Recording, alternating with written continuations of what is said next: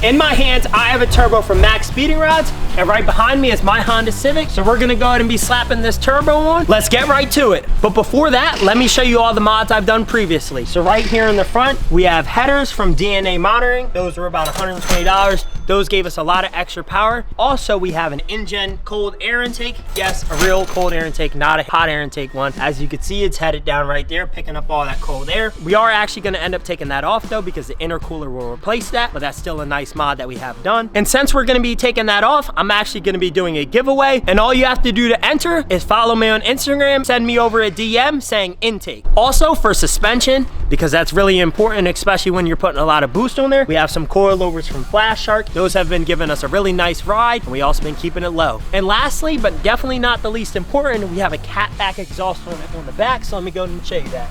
That's a really big tip you got there. Now, yes, that's a 4-inch tip. I know a lot of people aren't used to 4-inch tip, but trust me, I have it on me. And also, I know y'all see a little bit of paint on there. That's because I also just recently spray painted my Civic British Racing Green. But anyways, that's enough talking. Let's get this car in the garage and start putting the turbo together.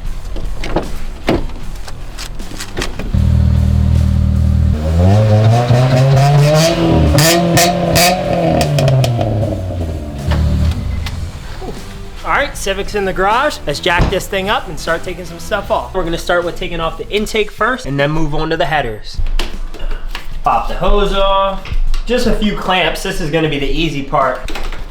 Okay, I may have lied about this being the easy part. Not so good at getting it in the holes that I need to.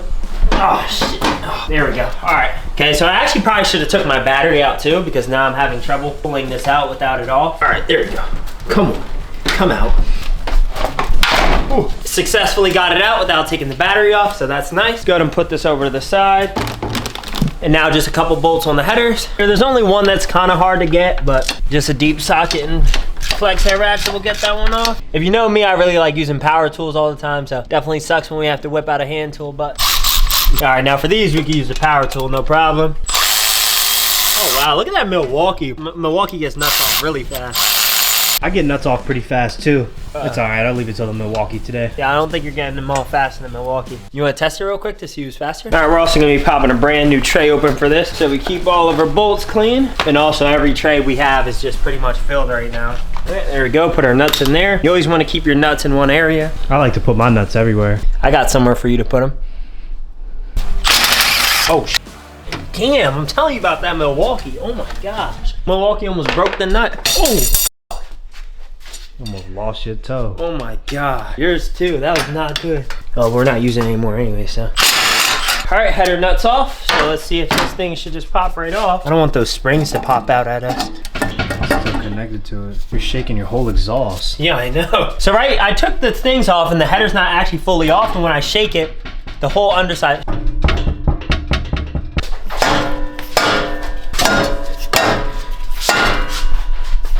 Oh, wait. It might be threaded into that. Oh. That's what it is. It's definitely threaded into the header flange. All right, so we discovered that bolts are actually threaded into the header. I'm gonna go ahead and try to take those bottom bolts off, and then hopefully the headers will come off after that.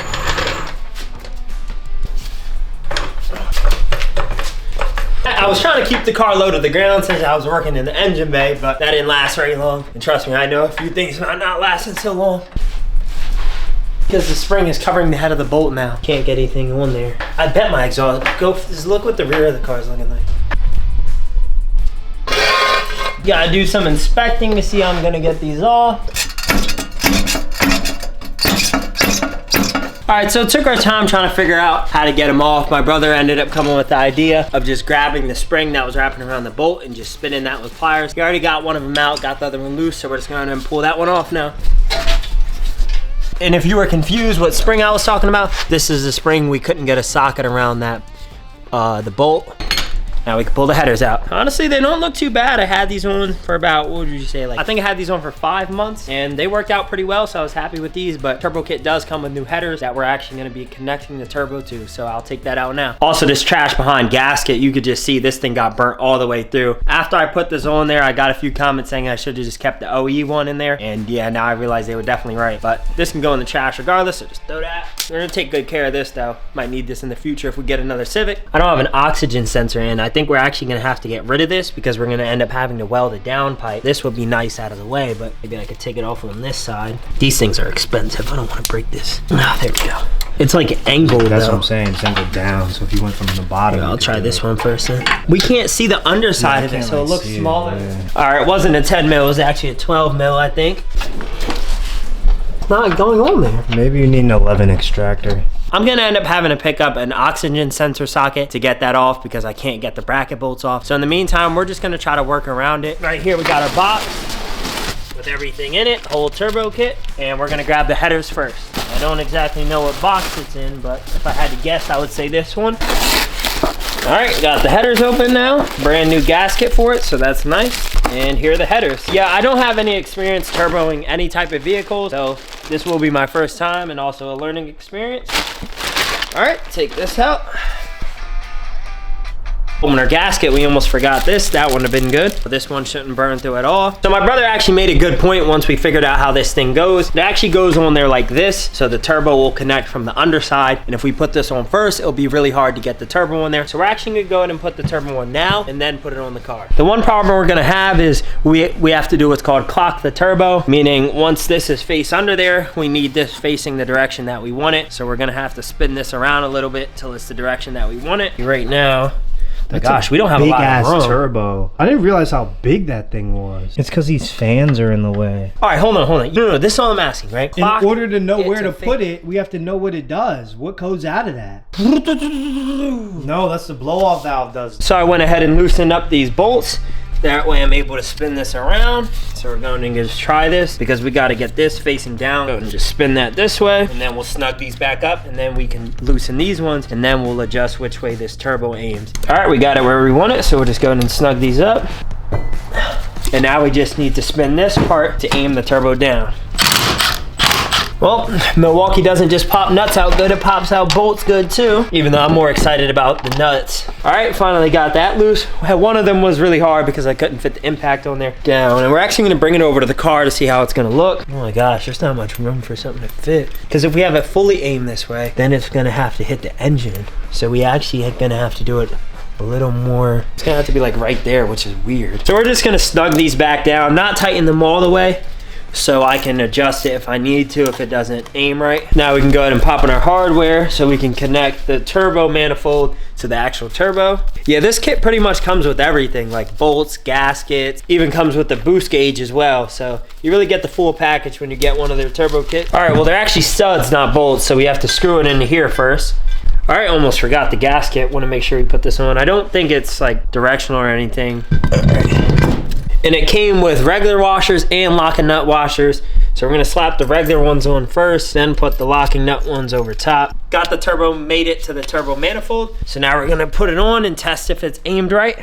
I'm just gonna hope it's aimed right. All right, so the radiator's getting in my way, so I'm actually just gonna take the fan out for now so we can test if it's still gonna fit, and then we'll figure out a better solution as we move on. All right, time to see if it works. Now we got the fan out. Oh yeah, way more room now that the fan is out. I think that was just what was blocking us. It's the next day now, and the last thing that I left on was pretty much just mocking up how I'm gonna have the turbo manifold and the turbo connected, because before when I tried, I had the turbo on this side, which was hitting the refrigerant line, so it just wouldn't fit that way. So my idea was to just flip it around, have the turbo sitting on this side. But to fit it that way though, I did have to end up taking out the radiator along with the radiator fans. So basically what I'm gonna have to do is order slimmer fans, and then I'll put the radiator in with the slimmer fans, and that'll give me enough clearance to where it isn't hitting the turbo, because you can see right now it would clearly be hitting up all over the fan. At least we figured out that issue, but now I have to take this back out, put the gaskets on there, and make sure everything's tightened up, and then we can move on. Ooh, still a tight fit, and we don't have much room on our workbench to do this. And before I put the gaskets on, I gotta figure out how to tighten these studs. So I got the fitting on there, and then I went to go ahead and put the hose on there. As you can see, the threads will go inside of here, and there's no room for the hose to go on. Lots of more stuff to figure out how stuff is actually gonna work, because I don't know how to get this on there. So I just ended up actually adjusting it more, turning it to where I could fit the hose in there. I don't know what direction it's gonna be when I put it in the engine bay, since I'm just going by what's on the table right now. And we just gotta tighten up this fitting and this hose down and we'll be good.